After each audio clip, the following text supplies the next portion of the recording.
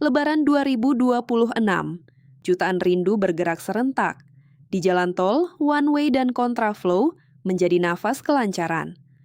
Angka bicara 94% publik puas. Penghargaan Presisi Award mendarat sebagai bukti dedikasi kepolisian di lapangan.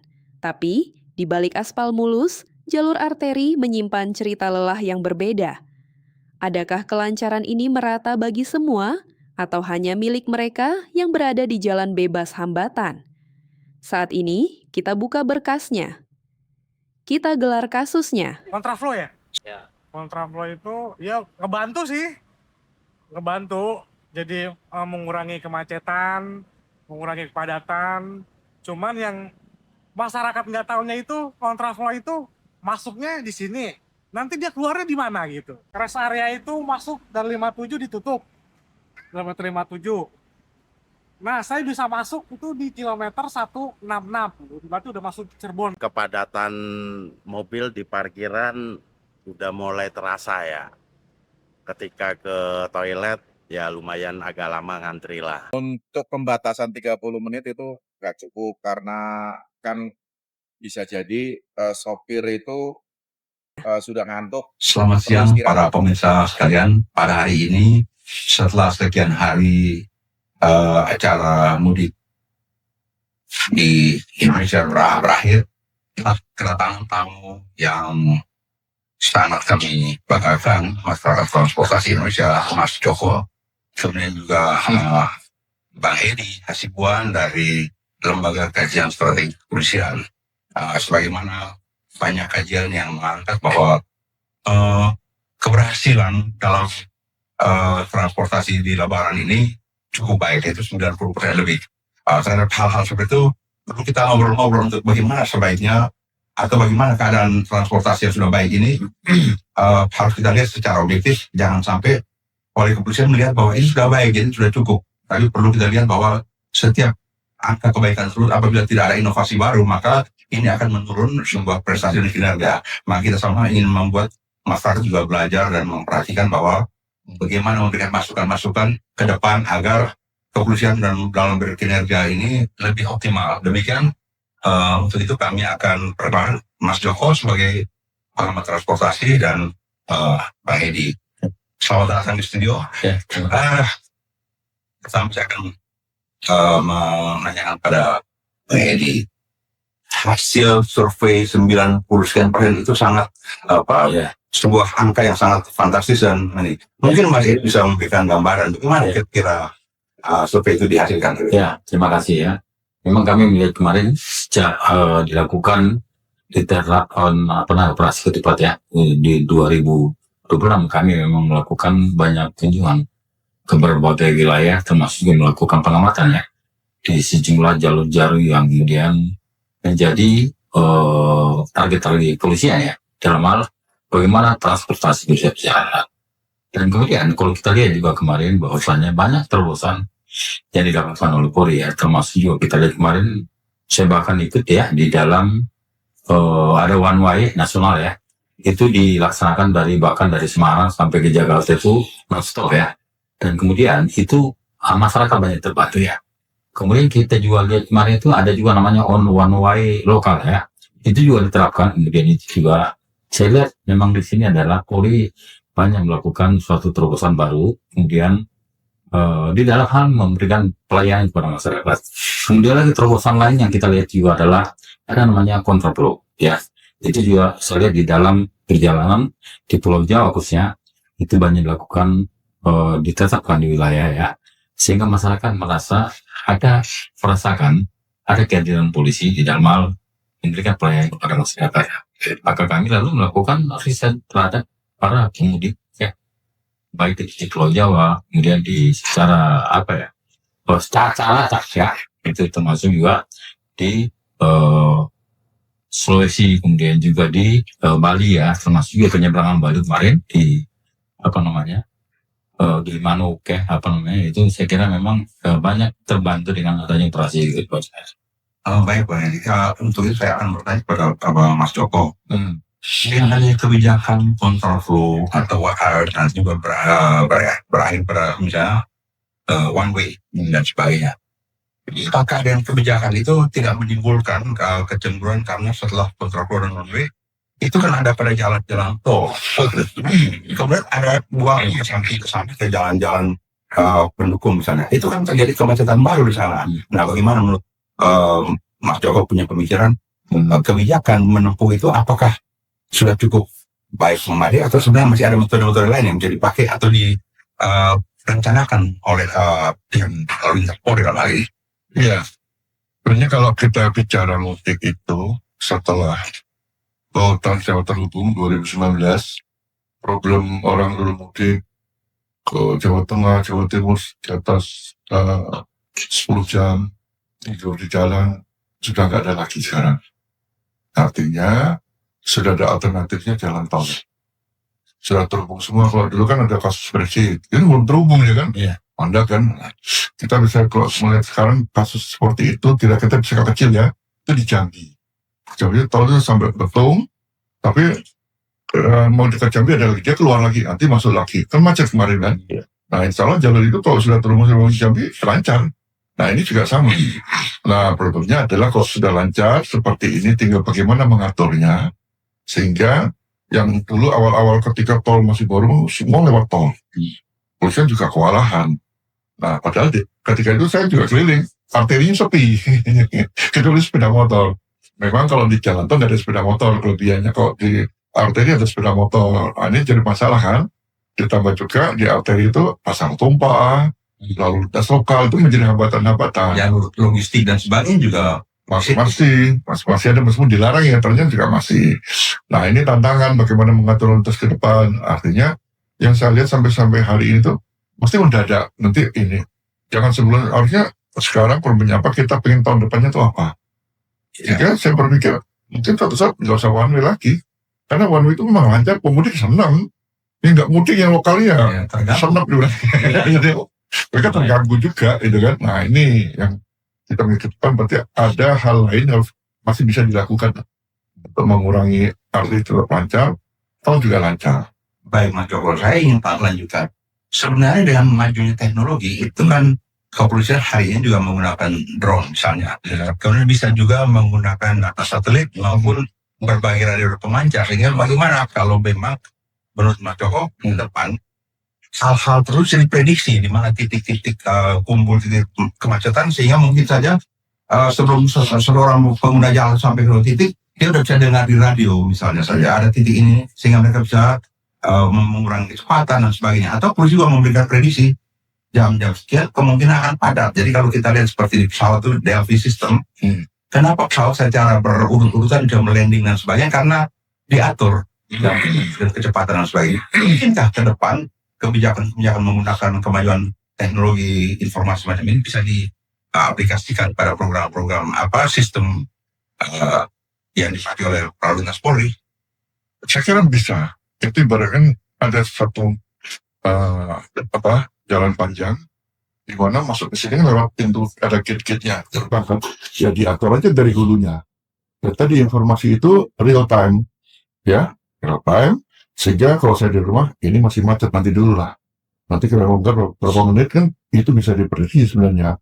Ya, kita mulai seperti itu, sehingga diatur di hulunya.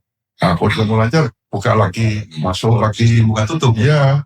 Nah, tapi di hulunya dilakukan itu. Kemudian nanti kalau ya pada sih, ya dibuang keluar sedikit, gitu kan. Nah, ini belum pernah dicoba.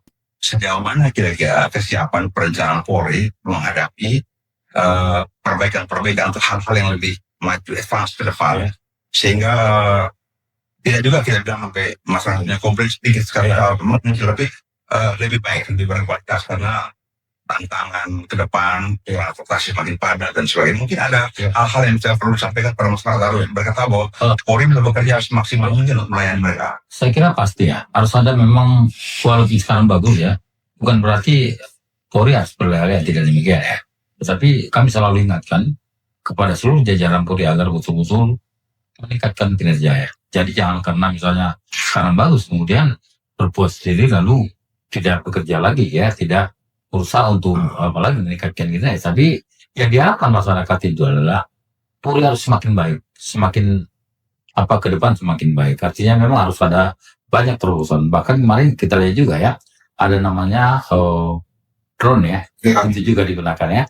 Saya kira itu juga sangat bagus di dalam hal memantau perkembangan di wilayah ya. Bahkan kemarin saya juga lihat itu di kilometer 29 ketika dilakukan pemantauan ya seluruh. Selain helikopter, ada drone juga. Kemudian juga ada kamera besar misalnya gitu ya, untuk melihat di mana yang sampai ada ya. Artinya itu sangat penting untuk mengingatkan di wilayah-wilayah itu perlu dijaga.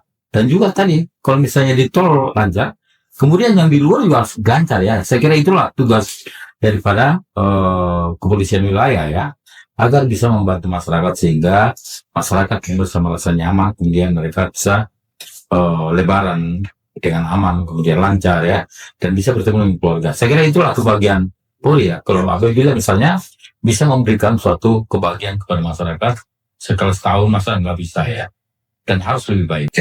Untuk Mas Warno mungkin, sepanjang jalan orang pulang mudik itu kan banyak rest area dan sebagainya. Tapi banyak kita ketahui kemarin di berbagai tempat rest area itu kadang-kadang daya tampung dan orang yang akan masuk tidak mampu sehingga ada kemacetan tertentu. Mungkin bagaimana kira-kira kebijakan apa yang perlu dipikirkan ke depan sehingga area rest area itu tidak menjadi titik-titik sumbat kira-kira untuk perjalanan itu. Mungkin ada Iya, beri lagi. Jadi memang tidak prasarana termasuk rest area ya, itu tidak bisa menampung semua pemudik ya.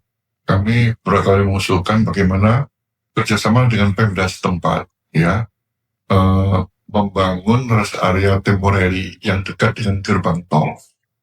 Temporary aja pada saat itu ada, tapi di sisi lain juga ada beberapa gerbang tol keluar itu nggak sampai 500 meter sudah berjajar, tersear dalam artian semua makan, ada musola, SPB itu ada contohnya gerbang tol Salatiga.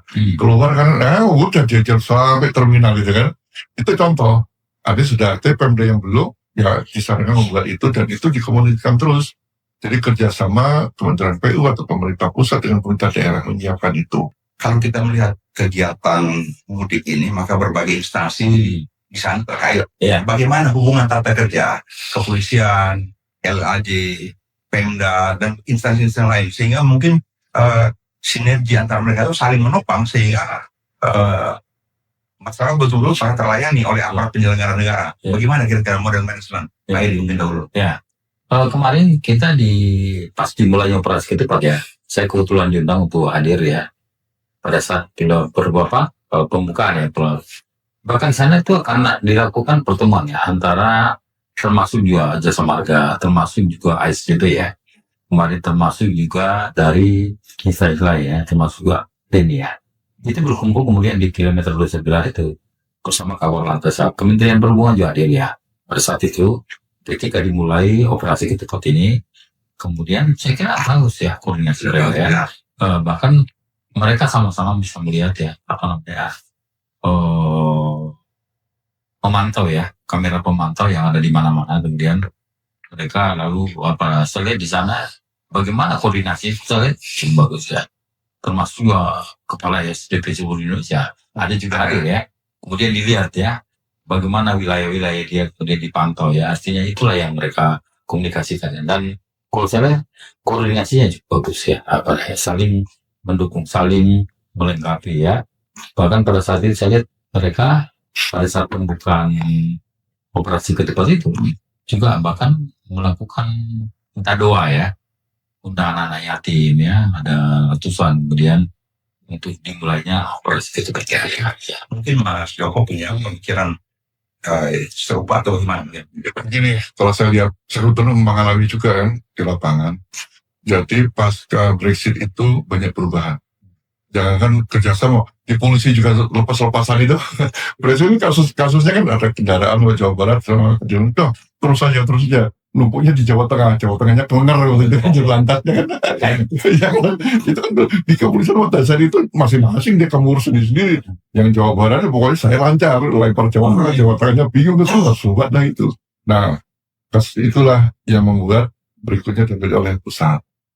Nah, mulai kerjasama tadi kan, udah hubungan buat ini pusat berbagi tugas, akhirnya itu menurun sampai ke bawah. Itu awal mulanya pada Brexit itu kebetulan dari situ saya juga berada di situ, cuma saya lepas menekan diri, kalau enggak saya bisa tidur lama di situ, saya balik lagi aman saya kan.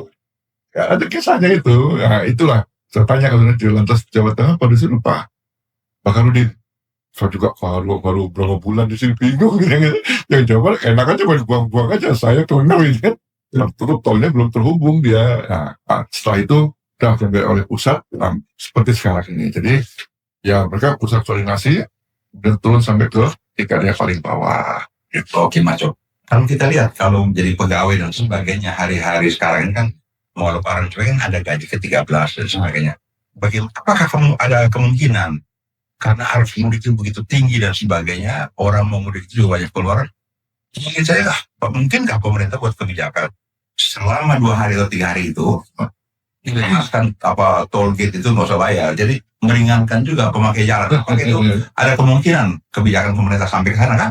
Untuk membuat masyarakat juga ada permen lah hiburannya kira-kira. Lah itu tergantung dari kebijakan pimpinan ya. Nggak jadi masalah saya bilang, beri kebebasan itu toh. Saya bilang pada saat mudik ini juga bertambah mudik gratis. Ya. Dan mudik gratis nggak di darat loh, dan tidak pusat. Jadi sekarang masing-masing Pemda itu buat mudik gratis lokal. Aceh buat sendiri, Sumatera buat, bahkan antar provinsi di Kacel, Maluku Utara yang di darat, mereka pakai perairan tuh gratis. Jadi masing-masing Pemda itu buat berinisiatif untuk menyenangkan masyarakat ya. Kapal gratis ada, kapal layar diberikan. Jadi dari Kalimantan ya, ini anggap aja setahun sekali pesta lah. Iya kan, pesta buat rakyat. Jadi menyenangkan rakyat setahun sekali gitu loh, nggak sampai 1 tahun. Bantu masyarakat ya. Dan apa salahnya memang masyarakat? Saya kira Sebagai stakeholder itu ya menikmati. Banyak darat, tapi perairan juga dikasih. Itu sudah, kalau di perairan sejak 2024, jadi naik pesawat mahal. Nah udah, tadi mereka naik kapal paling di Jawa tuh udah sampai 4 jam. Karena kapalnya bagus-bagus kan, gratis pulang pergi. Nah, cuma yang belum ini yang jadi persoalan lagi, saya bilang kapalnya gratis sampai Tanjung Perak, Tanjung Mas. Sana nggak ada angkutan lanjutan, terlalu gelap yang muncul jadi mahal lagi. Nah itu tugas Pemda lagi, diajak ngomong lagi, sediakan angkutan lagi. Itu, jadi kan nggak jadi masalah. Justru yang digratis yang kelompok menengah ke bawah tadi. Ya ini kayak kalau bis akap gitu kan, punya mudik gratis kan. Nah itu juga keren bantu. Apakah dengan kemajuan yang sudah ada sekarang masih perlu ditingkatkan pemanfaatan teknologi IT untuk membantu kelancaran lalu lintas sehingga antara instansi ada data, misalnya jam sekian sampai jam sekian ini jumlah kendaraan yang memudik sekian dan sekian, sehingga tidak karena padat terus kita buka tutup sehingga kontraflow atau one way tadi, tapi tertata karena memang sudah punya data. Nah, mungkinkah konsep itu diimplementasikan sehingga tergabung? Kalau tadi ada aparat LAJR, polisi dan sebagainya, tapi mereka punya sistem database juga terintegrasi. Apakah mungkin itu dikembangkan di kemudian hari? Sangat mungkin itu. Terus sekarang pemantauan kalau ke mana, ke Jasa Marga, mereka punya data, sudah tahu di mana titik-titiknya. Kalau sekarang mau kecelakaan di mana kan ada kamera kan. Dan sangat bisa. Nah, kita tinggal masyarakat sudah punya Android kan, dia tahu lah apa mau berangkat. Itu yang kita manfaatkan sebenarnya. Teknologi semacam itu dikomunikasikan pada masyarakat, operator, handphone, sehingga semua orang yang punya Android, siapa dia akan jalan ketahuan. Oh ada. Iya. Nah, kemudahan itu sangat bisa. Sangat bisa. Berarti dari lalu lintas Polri kita juga bisa ya. Tinggal menggandengkan dengan sistem komunikasi. Saya kira memang kalau kita lihat ya di dalam kegiatan mudik ya, itulah makanya peran pemerintah sangat penting ya. Apalagi saat ini misalnya polisi memang terdepan di dalam hal penanggung jawab mudik ya, mengatur pengamanan. Namun demikian pengaturan libur untuk masyarakat ya, itu juga sangat menentukan ya. Kalau dulu misalnya 4 hari plus 4 harus pulang ke Jakarta ya. Sekarang diberikan satu kelonggaran ya, dikasih 3 hari ya. Artinya masyarakat yang mudik tadi tidak buru-buru pada saat itu ya. Giliran. Akhirnya ada juga ya plus 4 plus 5 ya, sehingga dia baru pulang ya. Kemudian apalagi tadi abang bilang kalau misalnya bagaimana kalau awal-awal siapa yang berangkat mungkin gratis tol misalnya gitu ya. Buru-buru ya akan apa? Artinya dia itu akan dimanfaatkan oleh masyarakat. Jadi tidak padat pada saat Iya, ketika tuh padat sekali. Iya. Dan kemudian kami juga kemarin udah melakukan penelitian riset ya di berbagai tempat ya, termasuk juga misalnya hampir semua Polda itu melakukan uang mudik gratis ya, itu mudik gratis. Dan itu sangat membantu masyarakat ya. Karena itu kan berangkatnya, pulangnya ya mungkin sendiri lagi mereka ya. Tapi paling itu terbantu sehingga tidak membuat masyarakat itu harus berangkat buru-buru kemudian dia kalau berangkat ya. Di halte besar. Tapi sekarang mudik gratis itu pulang balik bayar. Oh ya, Iya juga ya. Bayar udah berangkat nanti di jalan balik lagi. Iya. Iya. Ada lagi udah mudik kemudian kendalanya diantar lagi. Ada juga itu luar biasa juga ya. Saya kira makanya kami kemarin ini banyak memberikan apresiasi ya, termasuk pada Polda Kalurlantas memberikan apresiasi atas terobosan-terobosan yang dilakukan ya. Makanya kami kemarin ke Korlantas Polri, ke Polda Jawa Tengah, ke depan kami akan ke Polda Jawa Barat ya. Semua adalah untuk memberikan motivasi agar Polri terus memberikan suatu inovasi baru, terobosan baru sehingga masyarakat merasa betul-betul terlayani dengan baik. Sejauh mana Mas Edi melihat bahwa sambil jalan yang padat lalu lintas itu mungkin ada di jalan yang sakit, Ada. hamil. Banyak Polri berkoordinasi dengan dinas kesehatan dan sebagainya sehingga ada titik-titik pelayanan kesehatan yang bisa dijangkau oleh masyarakat. Ada, betul. Ada ya. Iya, jadi kalau kita lihat di dalam mudik kemarin ya, itu kan bisa dibayangkan ya, kalau kita misalnya jalan dari Semarang ke Jakarta, itu 5 jam ya. Kalau itu mengarungi kecepatan tinggi, itu juga masalah juga itu. Itu kenapa? Karena memang semua one way ya, gitu ya. Dan yang terjadi adalah kita lihat ada masyarakat capek gini-gini. Dia berhenti di bawah jalan, di rest area lah. Rest area itu full jadinya ya, full ya. Sehingga yang terjadi dia nggak bisa masuk, lalu dia di pinggiran ya, baru dia masuk dalam ya. Kemudian di dalam rest area biasanya ada posko yang disiapkan oleh Polri ya, termasuk capek misalnya dia bisa istirahat di situ ya. Kalau dia misalnya ngantuk bisa juga di situ sehingga dia tidak harus memaksakan kegiatan. Oke, Mas Warno, kalau kita lihat dari tahun ke tahun arus mudik itu meningkat, bisa diprediksi kemungkinan tahun mendatang itu juga akan terjadi peningkatan, mau 10%, mungkin 20% dan sebagainya. Menurut Mas Warno, kira-kira kebijakan apa yang harus diantisipasi atau diambil oleh pemerintah sehingga arus mudik yang kemungkinan meningkat ini tidak membuat hambatan baru di ke depan? Ya, ini meningkat atau tidak biasanya tergantung juga kondisi ekonomi. Di sisi lain memang ada hal tertentu memang peningkatan itu bisa disebabkan juga penggunaan moda.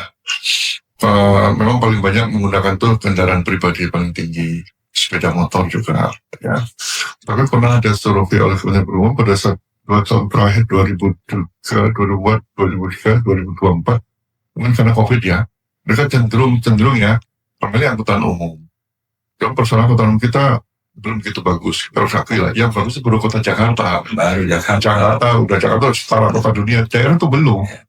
Nah oleh sebab itu, ini tantangan buat pemerintah. Apalagi sekarang kita krisis BBM, jujur aja kan. Ketika ini panik semua kan suruh naik sepeda pejabatnya. Ada bingung gak pernah naik sepeda aja kan. Nah artinya, mari kita buat pemerintah kita seperti Jakarta untuk ke daerah. Nah oleh sebab itu, mudik ini pun juga ya paling kita ke depan tanam mungkin bertahap lah.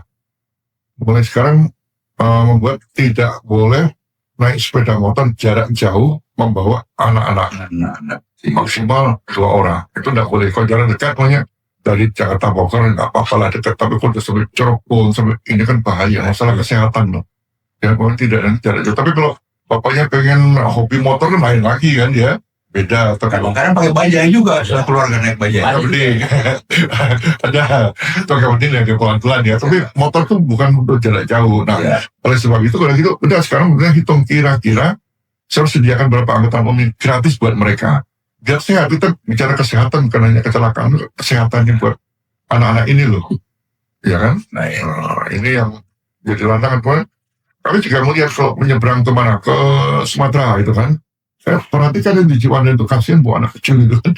Nah itu kita punya target mulai tahun depan dikurangi. Berapa persen dikurangi? Dikurangi, penggantinya apa alternatifnya diberikan.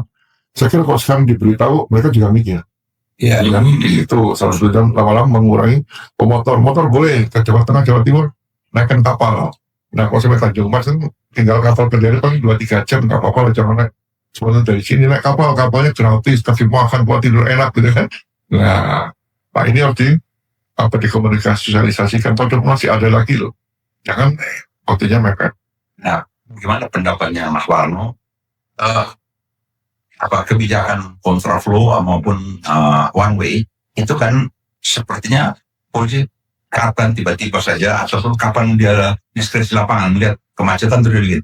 Apakah sebaiknya hal-hal tersebut juga bisa pada saat itu sebelum kontraflow setengah jam misalnya dia sounding dan sebagainya komunikasikan bahwa Ya itu mulai tahun ini saya lihat sudah ada perubahan. Jadi di awal sudah disebut masa ini kira-kira dari jam produktif sekian jam sekian. hari ini dia bilang ya. Tetapi melihat situasinya ada kelihatan tuh, oh ternyata nggak selalu dulu langsung one way terus sampai Jawa Tengah ini nggak mau kalah dulu lah. Ya. Oke, sudah sepi dihentikan. Ya. Kemudian kalau dia terus dilihat, kalau sudah berhenti, sudah bagus ya dihentikan aja. Dan itu mulai terpola tahun ini. Dan saya kira pola-pola itu istilahnya one way yang dinamis lah. Ya, nggak kaku. Tidak kaku ya. Nah, nanti balap-balapan bahaya juga. Ya. Tabrak belakang sering gitu di jalan. Itu karena ngantuk ya. Yang bahaya sekarang itu banyak orang ngantuk. Nah ini yang Kelelahan. lelah. Penyakit orang ngantuk nih harus diberitahu nih. Banyak kejadian-kejadian itu karena sopir itu lelah. Jadi 80% kecelakaan karena sopirnya mengantuk karena lelah ya. Ini harus edukasi terus, jangan mengemudi dalam kondisi yang mengantuk. Oke. Mungkin secara objektif adakah pendapat untuk kinerja sampai sekarang itu sudah cukup memadai atau gimana kira-kira? Begini, jadi saya bilang kalau dalam operasi itu kita tuh orang Indonesia tuh cuma dihimbau nggak kena Pak. Harus dikenakan sanksi tilang. Karena apa? Kalau itu dia ingat, wah kalau saya melanggar saya kena. Mau laporan tidak benar sama. Saya masih ingat tuh di satu Kapolres itu, mungkin dia sendiri yang punya persoalan. Karena bawa mobil bak terbuka untuk wisata, itu kan bahaya kan? Tilang beneran. Nah, jadi dia mikir orang kan. Nah, ini harus tegas juga. Walaupun operasi itu sudah nggak berpendidikan, tuh nggak mempan juga. Jadi benar-benar ditegakkan polisinya. Ya. Itu yang saya imbau kepada teman-teman di kepolisian. Jadi ini beneran nggak main-main gitu loh. Iya. Dia mereka, ini kalau saya melanggar, ini saya salah. Dihimbau itu perilaku kita nggak perlu dihimbau. Ya kan? Ya, contohnya di Bahujan dari dulu sudah diingatkan, diulang lagi. Gitu. Makan lagi nggak bisa jalan gitu. Nah ini harus, pokoknya kita terapkan aturan. Ini punya harapan-harapan agar di dalam pengaturan lalu lintas kebijakan itu lebih lebih merayat. Iya, sebelumnya mungkin ada hal yang positif kemarin itu saya beringat itu adalah setiap mudik itu polisi itu kan ada program kalau di punya halaman penitipan kendaraan bermotor. Ternyata tuh diikuti di Jawa Tengah bahwa Polres juga begitu. Dan itu positif, masyarakat senang kan. Daripada di rumahnya juga polisi daripada tiap hari ngintilin kawasan tertentu. Selama itu ada barang yang bisa dititipkan, ya dititipkan. Dan itu sudah mulai beberapa Polres di daerah. Selama ini kan cuma Jakarta kan. Ya. Udah ke daerah-daerah. Atau daerah juga mereka juga ada mudik lokal-lokal juga kan. Jadi membantu juga sisi keamanan itu bentuk pelayanan juga kan. Ambil citra positif buat kepolisian gitu ya. Nah berkait sama apa tadi yang lalu lintas ini masih banyak inovasi sebenarnya, tapi ini polisi tidak bisa kerja sendirian. Ya kan cuma di jalan, tapi perlu kolaborasi dengan Kementerian Perhubungan. Perencanaan perhubungan mau apa ke depan? Ya Pak Menso tuh pengen apa tuh mimpinya untuk mudik, kan mimpi kan? Masa sama terus gitu kan? Nah, ini nanti di lapangan kalau itu menyangkut lalu lintas, ya nanti kepolisian melaksanakan. Tapi itu kira bagaimana kita mengurangi orang menggunakan jalan raya. Apapun, terutama sepeda motor yang saya itu bahayanya luar biasa. Lalu sepeda motor kita harus mengurangi itu. Ya kalau cuma pengaturan lainnya, nanti tetap sesuai dengan undang-undang kan untuk urusan jalan di kepolisian. Tetapi perencanaan perhubungan itu harus jelas. Artinya mimpi ke depan mau apa? Masa sama terus kan? Harus berubah lah. Sehingga beban buat teman-teman tidak berat. Ya, teknologi sudah ada, dimanfaatkan saja.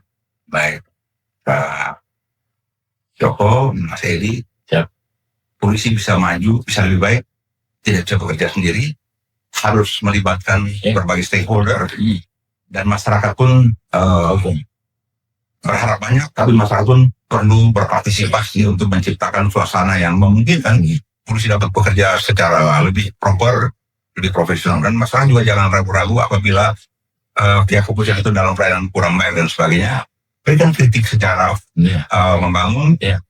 Dan organisasi kepolisian juga tidak akan menutup pintu untuk kritikan tersebut. Tidak anti kritik. Tidak anti kritik karena mereka pada hakikatnya to serve and to protect itu melayani dan melindungi. Nah, semoga moto melindungi dan melayani ini bisa diaktualisasikan dalam bentuk nyata. Terima kasih atas kehadiran di studio. Moga-moga bisa memberikan pencerahan pada masyarakat dan kepolisian ke depan bisa lebih bercermin diri dan melihat dia sebagai pelayan masyarakat. Selamat. Terima kasih. Keren benar. Sampai sini gelar kasus pada hari ini dengan menghadirkan kedua narasumber Retronas ini. Semoga dengan membedah kasus serupa ini membuat kegiatan ini mencerahkan masyarakat dan partisipasi masyarakat pada tugas-tugas kepolisian menjadi lebih optimal.